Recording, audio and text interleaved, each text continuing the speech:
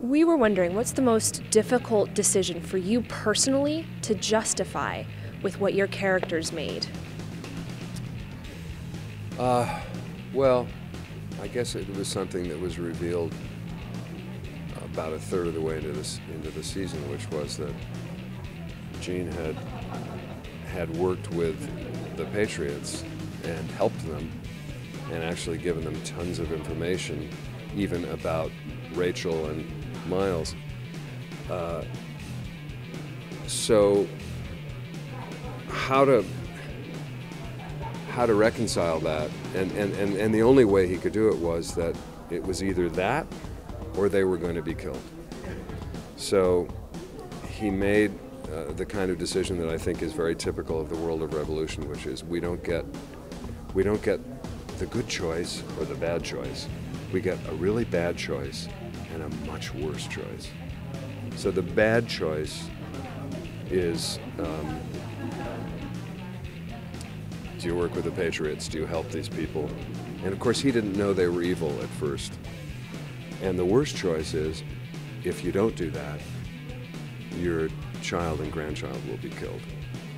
So he makes the simple sort of reptilian choice, which is, I've got to keep my daughter and grandchild alive.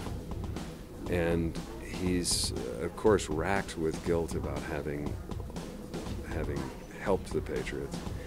But, you know, to give him some space, he truly didn't know how evil they were until time went on. And by then he was in with them so deep. But at that point, even being in with them, he never thought he'd see his daughter and granddaughter again.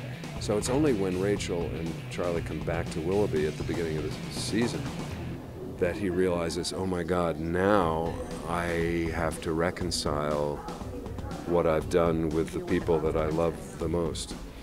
And as it turns out, he gets a chance to help save them, you know, and that's I think the only thing in Gene's mind that can possibly redeem him. Now, say you had 24 hours before the power goes out. What are the last things you're doing with technology and power? Wow. I was going to say I'd charge my phone, but what's the point? I don't think that's going to work. It's all going to go out. I think I would get in my car and drive to the market and stock up on food as best I could. Costco run?